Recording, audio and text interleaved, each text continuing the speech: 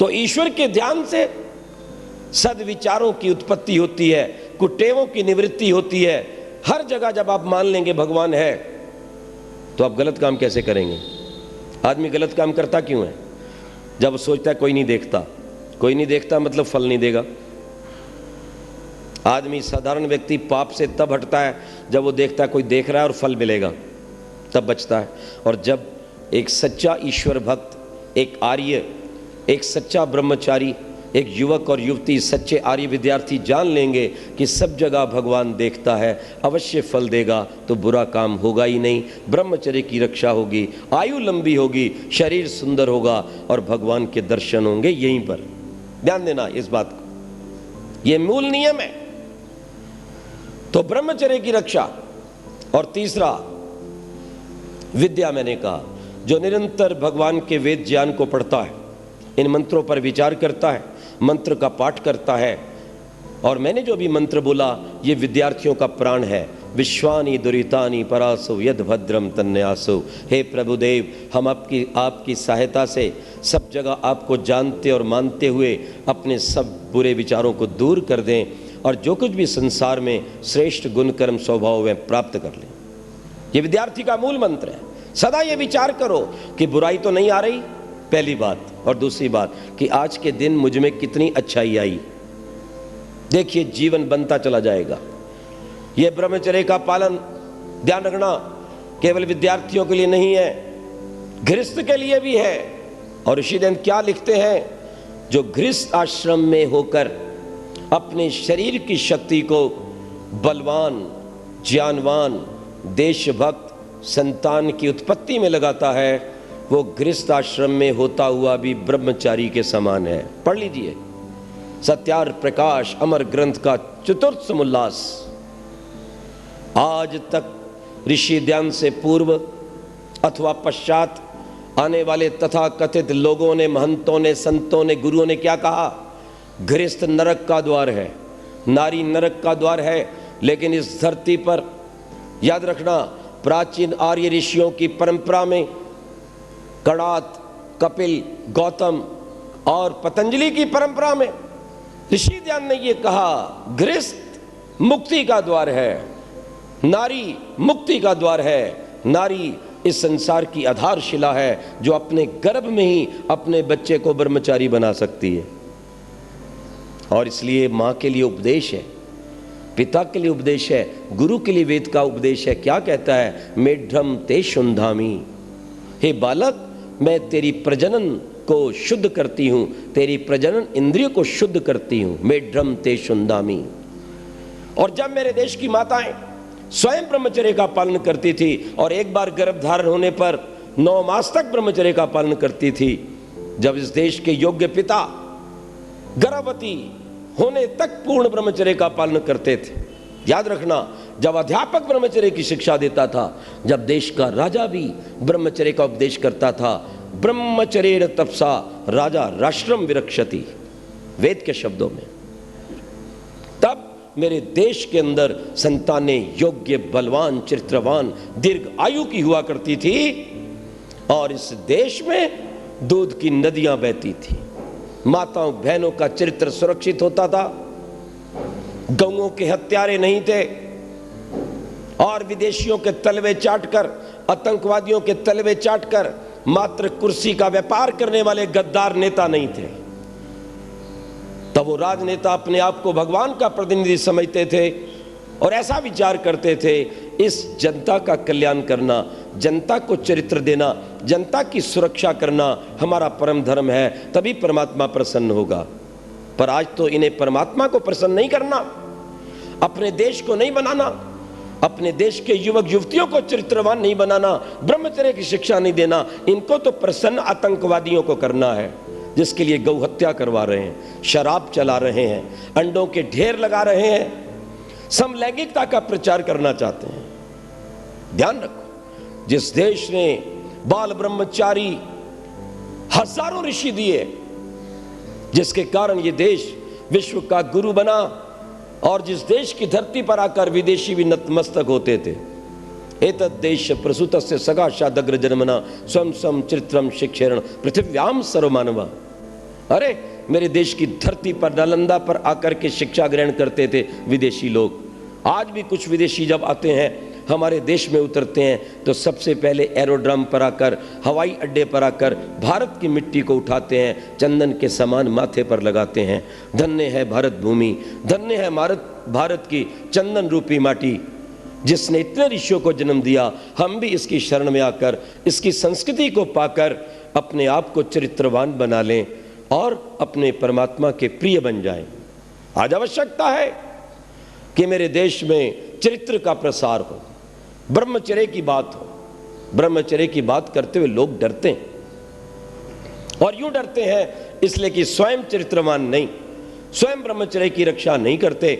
और निश्चित रूप से जिसने परमात्मा के द्वारा दी गई इस मूल्यवान संपदा ब्रह्मचर्य की रक्षा नहीं की, वो ब्रह्म को 3 काल में भी पा नहीं सकता है। मैं वही बात फिर दोहरा रहा हूँ, जिसने छोटी सी भगवान की धरोहर का सदप्रयोग नहीं किया, विषय वासनाओं में उजाड़ दिया, उसे भगवान और क्या देगा? जो देगा वो तो मैं बता ही चुका हूँ, रोग और भोग देगा। आज का युवक और युवती, आज का विद्यार्थी जब बैठकर उठता है तो क्या कहता है? जी मेरे तारे से टूटते हैं। मैंने कहा तेरा सूरज भी टूटने वाला है, तेरा पूरा जीवन टूटने वाला है मूर्ख। जो तू काम करता है उसका ये परिणाम है। यदि तूने अपने ब्रह्मचर्य की रक्षा की होती, उसे विद्या में लगाया होता, उसे साधना में प्राणायाम के द्वारा लगाया होता, किसी अनाथ की, गरीब की, अबला की, गाय की, सीमा की रक्षा में लगाया होता, तो तेरे तारे नहीं टूटते, तेरा चेहरा सूर्य के समान चमकता। और हमारे यहाँ जब दीक्षा दी जाती थी, याद रखना, तो उस समय उस ब्रह्मचारी को आचार्य सूर्य के दर्शन करवाता है। तच्चक्षुरुदेवितम पुरस्तात् शुक्रमुचरत। ओ मेरे शिष्य, सूर्य के समान चमकना, सूर्य के समान तेजस्वी बनना, सूर्य के समान नियम को मत छोड़ना, सूर्य के समान ब्रह्मचर्य की रक्षा करना, नियम पर अडिग रहना, और सूर्य के समान सारे जगत को खींच लेना, प्रभावित करना। याद रखो, आज तो इसकी अपनी इंद्रियां छूटी जा रही हैं, ये दूसरे को क्या छूटेगा? ये रात को सोता है तो सुबह उठता है तो माथे पे हाथ मारता है। सब कुछ खराब हो चुका है, जो कुछ कमाया था वो गंदी नाली का शिकार हो चुका है। और इस देश के गद्दार नेता, कुछ गद्दार सिनेमा बनाने वाले व्यक्ति, और कुछ इस देश के गद्दार डॉक्टर जो वैदिक संस्कृति को नहीं जानते हैं, जो आयुर्वेद को नहीं जानते हैं, और वो भट्ट जैसे व्यक्ति, फिल्म निर्माता, शर्म आनी चाहिए उनको। ऐसे लोगों को भारत का नागरिक होना चाहिए?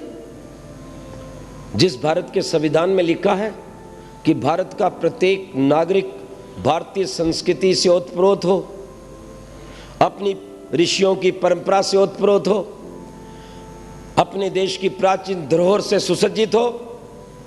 और ये भट्ट जैसा व्यक्ति दूरदर्शन के ऊपर एक बेचारी मुसीबत की मारी हुई वेश्या को खड़ा कर रहा है और उसके गीत गा रहा है।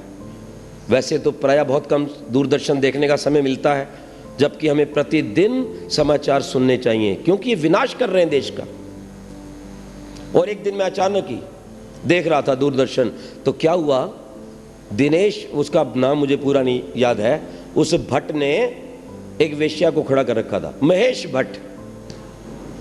महेश भट्ट कहाँ का है? वो तो दुर्वेश भट्ट है। सच कहता हूं, ऐसे व्यक्तियों को कभी आप सम्मानित मत करो। और क्या कह रहा था, एक बेचारी मुसीबत की मारी हुई उस वेश्या को खड़ा करके कह रहा है, ओहो, तुम्हें देखकर मुझे बहुत प्रसन्नता हो रही है, बहुत खुशी हो रही है, और मेरा मन चाहता है मैं तुम्हारे चरण छू लूं। हमें चरण कोई छू ले, मलमूत्र भी चाट ले, इसका प्रसन्नता जो तुझे बहुत हो रही है। ओह, ऐसा काम करते हुए भी तुम सुंदर हो। वास्तव में एक वेश्या है, अब किस मुसीबत से बनी, उसके पति ने सताया, किसी ने उसका दुरुपयोग किया, किसी ने उसको जाकर बेचा। अब बेचने के बाद वो बेचारी सोचती है मैं कलंकित तो हो ही गई हूं, तो यही काम करूं। अगर अच्छी संस्था कोई मिल जाती, उसको प्यार से लाती, इज्जत देती, उसको नौकरी देती, उसके बच्चों को पालती, तब तो जीवन बन जाता। तो ऐसे ऐसे दुराचारी महेश भट्ट जैसे व्यक्ति से ये तो हुआ नहीं कि उसको अपनी माँ बहन समझकर उसको ले आए घर पर। अरे मूर्ख, तेरे पास पैसे की कमी है?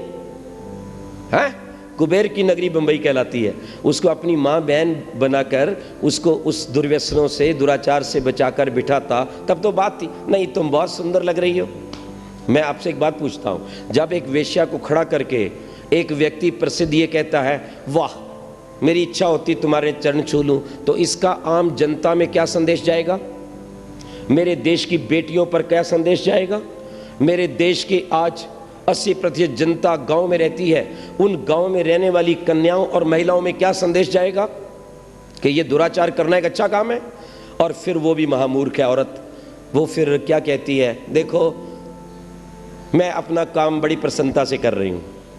उसके पास होटल है ना, हो सकता है ना, पता नहीं अंडरवर्ल्ड से जुड़ी हुई कितनी देश की गद्दार औरतें हैं, कितनी कालगर्ज हैं, कितनी वेश्याएं जिनके पास धन की कोई कमी नहीं है, पर उनकी क्या इज्जत है, मैं आपसे पूछना चाहता हूँ।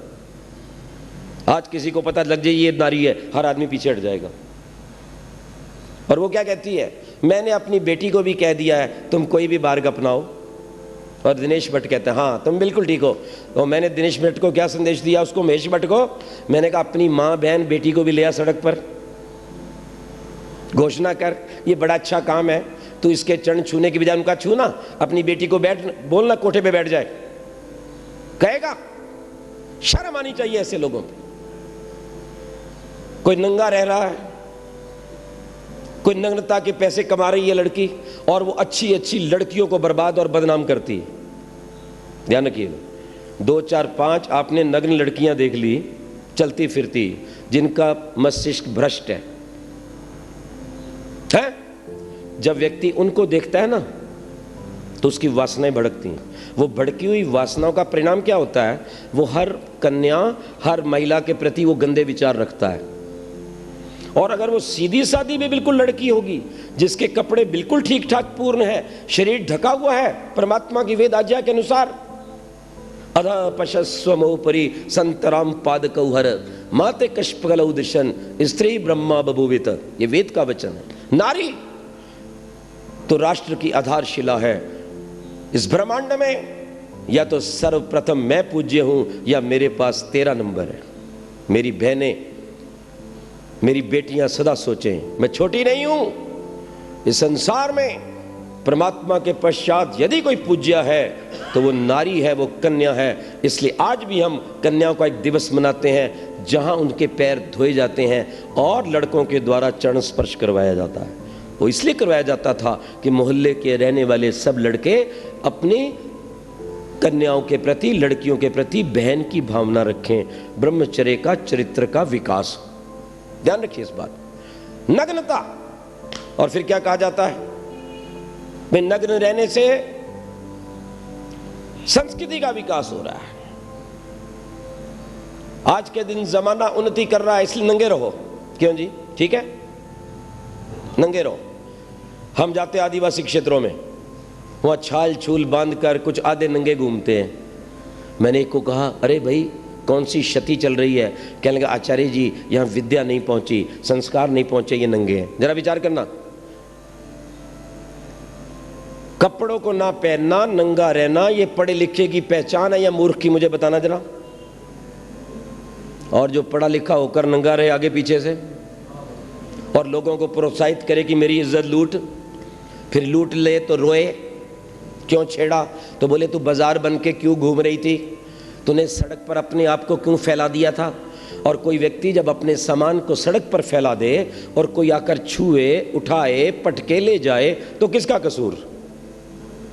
इन दुराचारियों का कहना मत मानना मेरी प्यारी बहनों और मेरे युवकों। अपनी मां के समान अपनी मोहल्ले की बहनों की रक्षा करना, इससे बचाओ।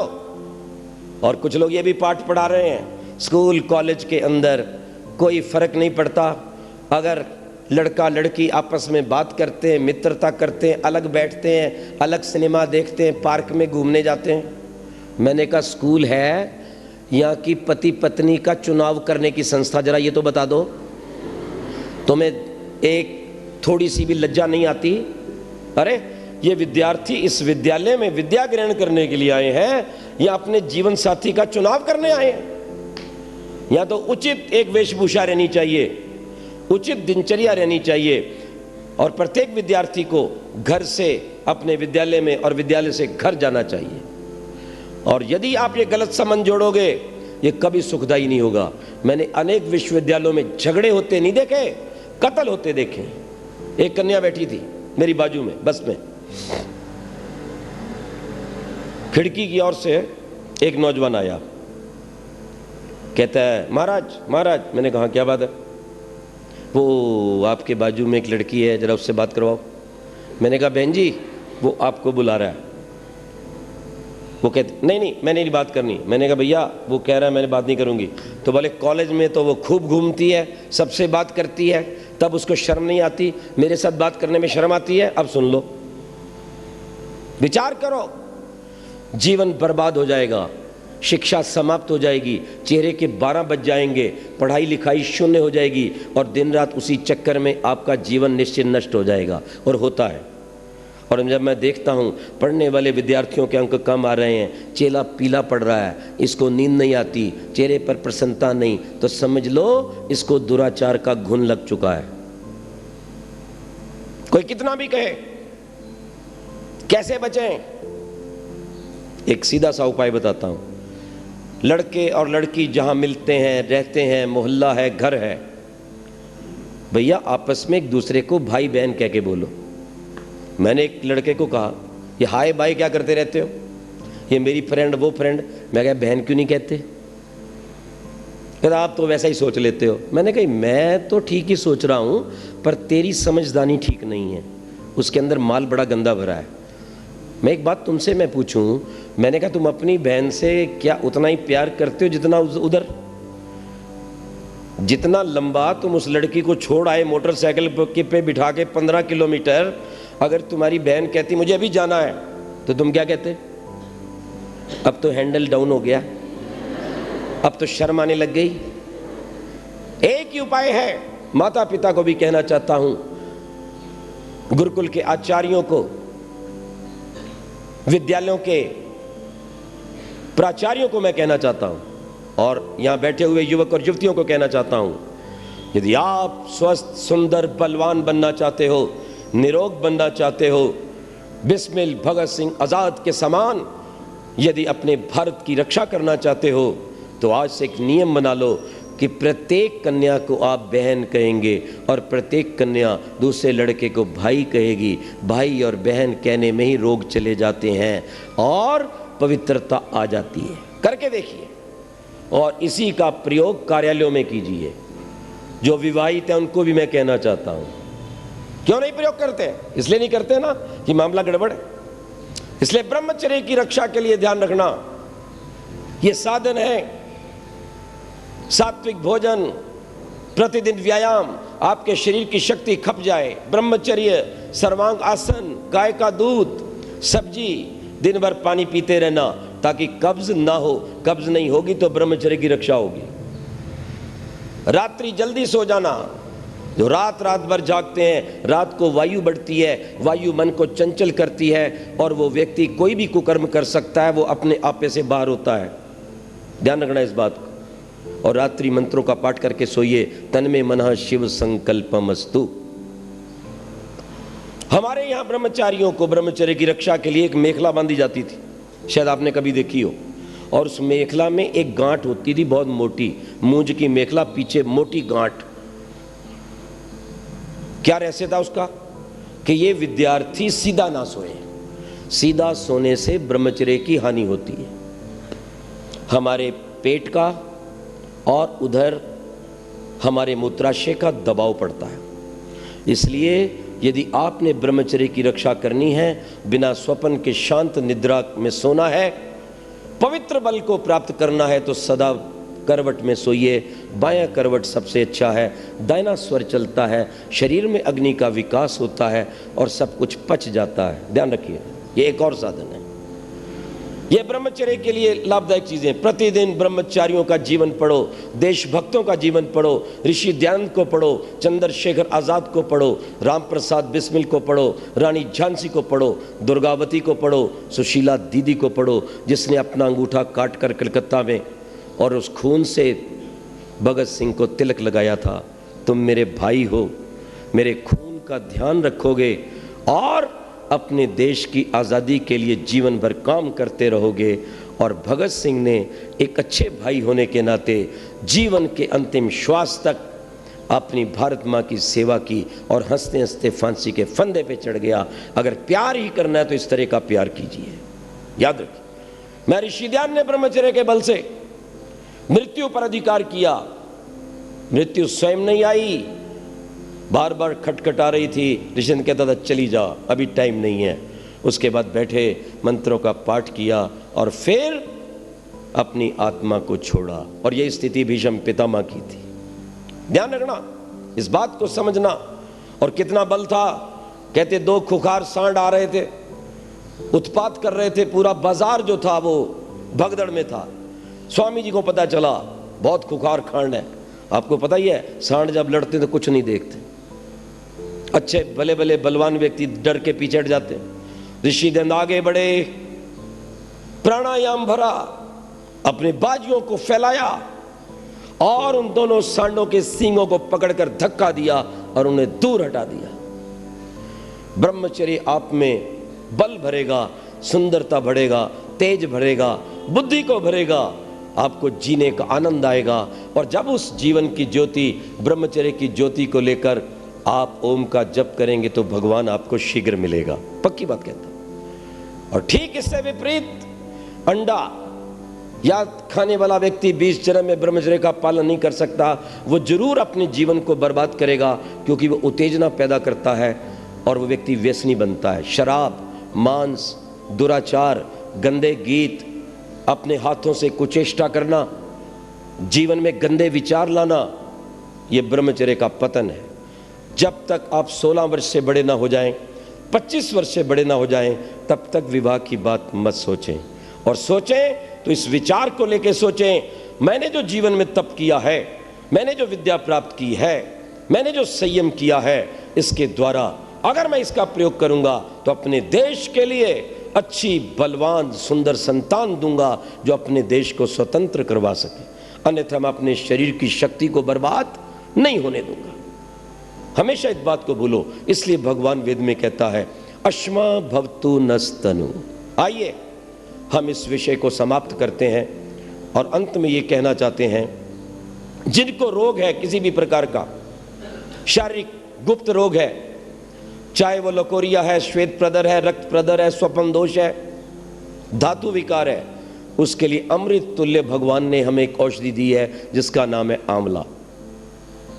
आज से यदि आप ब्रह्मचर्य की रक्षा चाहते हो, शरीर को सुंदर तेजस्वी बनाना चाहते हो, चाय को एक झटके में बंद कर दो, लाल मिर्च बंद कर दो, आंवले को छोड़कर शेष खटाई को बंद कर दो, आंवले का चूर्ण बनाओ मिश्री मिलाकर और दिन में 2-3 बार, अगर गर्मी है तो आप उसका सेवन पानी के साथ करें, अगर सर्दी है तो आप दूध के साथ भी कर सकते हैं, हल्के पानी से सर्व कर सकते हैं।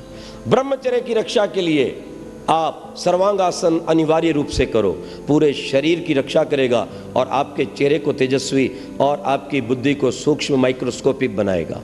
सायंकाल प्रतिदिन बाह्य कुंभक प्राणायाम कीजिए। आर्य समाज में आइए, आर्य समाज में हमारे जो लोग हैं, विद्वान हैं, पुरोहित हैं, सदस्य हैं, वो सब आपको ये बातें बता सकते हैं। रविवार को आइए, यहाँ पर बैठिए, यज्ञ कीजिए, जीवन में ज्योति को प्राप्त कीजिए, संसार को प्रकाशित कीजिए, कीड़े मकोड़े की तरह मत मरिए। जिंदगी उसी की है जिसका दुनिया नाम जपती है। अरे जिंदगी यूं तो कुत्ते और बिल्ली की भी कटती है। अच्छा है कुछ काम करना, देश धर्म का इस नाव में, नाव खाली हो तो मझधार में पलटती है। कुछ शंकाएं, 1-2 जो बहुत आवश्यक हैं, जिन्होंने हमारे विद्यार्थियों को भ्रष्ट किया है। पहली बात, ब्रह्मचर्य की हानि से कोई हानि नहीं। जैसे रोटी खाते हैं वैसे ये काम है। मैंने कहा महामूर्ख, ये रोटी वाला काम नहीं है। रोटी शरीर की आवश्यकता है, वो शरीर में बल बढ़ता है, तेज बढ़ता है, खून बढ़ता है। और इससे कोई चीज़ बढ़ती नहीं, इससे चेहरा जो है धूमल हो जाता है, पाचन क्रिया बिगड़ जाती। जो व्यक्ति ब्रह्मचर्य की हानि करता है, चाहे विद्यार्थी है, चाहे गृहस्थ है, चाहे वो वृद्ध है, पहला काम वो करेगी, उसके चेहरे को बर्बाद कर देगी। दूसरी बात, उसकी भूख कम हो जाएगी। तीसरा काम, उसे बार बार बुखार होगा। चौथा काम, उसे बार बार सर्दी लगेगी और जुकाम होने लग जाएगा। पांचवा काम, वो पाइल्स का रोगी होगा। लिख लेना मेरी इन बातों को, मैं दावे के साथ कहता हूं, क्योंकि जो आप खाते हैं वो गाड़ी का तेल है, पेट्रोल है, डीजल है, परंतु एक होता है इंजन ऑयल जिससे गाड़ी चलती है, और अगर इंजन ऑयल समाप्त हो जाए तो इंजन सीज्ड हो जाता है। और इस गाड़ी के लिए जो पानी पीते हैं, दूध रोटी खाते हैं, ये तो है इसकी खुराक, लेकिन इसकी जान जो है, इसका जो आधार है वो है ब्रह्मचर्य। जो इंजन की खुराक है वो ब्रह्मचर्य है। देखो, एक व्यक्ति रक्त देता है, रक्त देने के बाद बैठो भाई बैठो, इसको जूस पिलाओ, इसको दूध पिलाओ, पिलाते हैं कि नहीं? अरे महामूर्ख, उस रक्त से भी 100 गुना अधिक मूल्यवान तत्व हमारे शरीर का ये WRC है। याद रखना, WC, व्हाइट कॉर्पोरल्स, वो ज्यादा मूल्यवान है हमारे शरीर का रज और वीर्य। अगर रक्त देने के ऊपर ध्यान दीजिएगा, जूस चाहिए, तो जो व्यक्ति अपने शरीर की शक्ति को व्यय करता है, जो गृहस्थ अच्छी संतान के लिए अपनी शक्ति का व्यय करते हैं, आयुर्वेद उठा के देखिए क्या लिखा है, वो उसके तुरंत पश्चात दूध पिएं, इलायची डालें, उसमें पौष्टिक पदार्थ डालें कि जो शरीर की शक्ति क्षीण है वो पूर्ण हो जाए। मैं देश के विद्यार्थियों को कहना चाहता हूं, अगर कोई मूर्ख, नादान नेता, डॉक्टर, अभिनेता तुम्हें गंदी शिक्षा दे तो उसको नकार देना और ऋषियों की परंपरा पे चलना, जिन्होंने ब्रह्मचर्य के द्वारा संसार के अंदर अपना नाम किया और लंबी आयु पाई है। ध्यान रखना इस बात को। इसलिए मैं कहना चाहता हूं, उस रक्त से भी ज्यादा कीमती हमारे शरीर का रज और वीर्य है। ध्यान दो इस बात की ओर। कुछ लोग कहते हैं इससे कुछ फर्क नहीं पड़ता।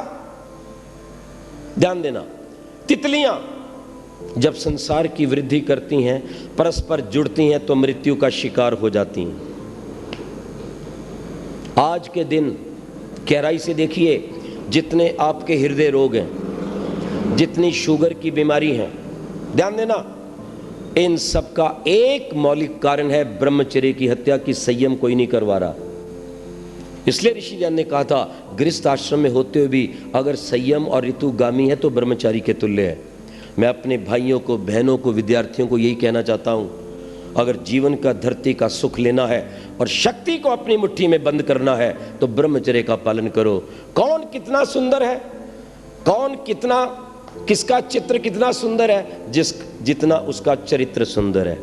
ध्यान दीजिएगा इस बात को। इसी ब्रह्मचर्य को आज केवल हमारे ऋषि नहीं, विदेशी डॉक्टरों ने भी माना है और उसे जीवन का प्लाज्मा कहा है, जिसके ऊपर ये शरीर खड़ा है, जो विद्युत शक्ति देता है, जो अंदर से चार्ज करता है पूरी बॉडी को। आज जो इतने भयंकर रोग आए हैं, ये आए इसलिए हैं कि ब्रह्मचर्य को विनष्ट किया जाता है। ईश्वर की अपार कृपा हो आप पर। आप अपने भोले शंकर के समान, ब्रह्मा के समान, राम के समान जिसने 14 वर्ष तक ब्रह्मचर्य का पालन किया, कृष्ण के समान जिसने विवाह के पश्चात भी 12 वर्ष तक ब्रह्मचर्य का पालन किया, ब्रह्मचर्य महत गौरम तीर्थवादश वर्ष, मैं ऋषि ध्यान के समान जिसने जीवन भर ब्रह्मचर्य का पालन किया, राममूर्ति के समान जिसने ब्रह्मचर्य का पालन करते हुए सैंडो को कहा था, अगर तूने अंडे मांस बकरे खाए तो मेरे सामने आओ। कहते हैं 2 मुक्के मारे थे सैंडो ने राममूर्ति को। राममूर्ति दयानंद का अनुयायी था, उसने 2 मुक्के खा लिए, प्राणायाम भरा, कुछ नहीं हुआ।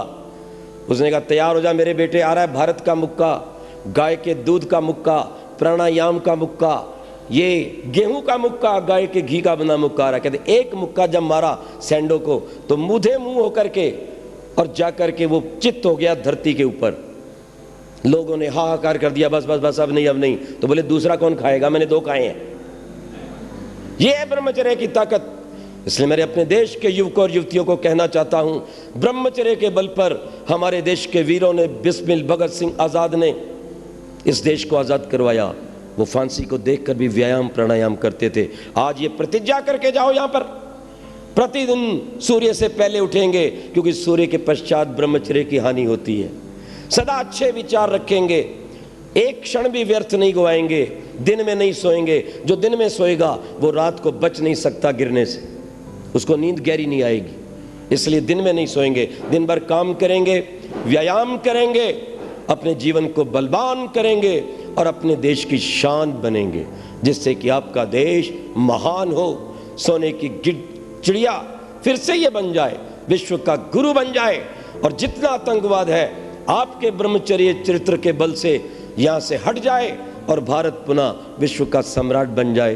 प्रभु से मेरी ऐसी प्रार्थना है, हम उसके आदेश का पालन करते हुए अपने जीवन को संयमी बनाएं, पवित्र बनाएं, चरित्र से युक्त बनाएं, सदा शाकाहारी पवित्र पावन भोजन करके और उस प्रभु के आनंद को पाएं। ओम शांति शांति शांति।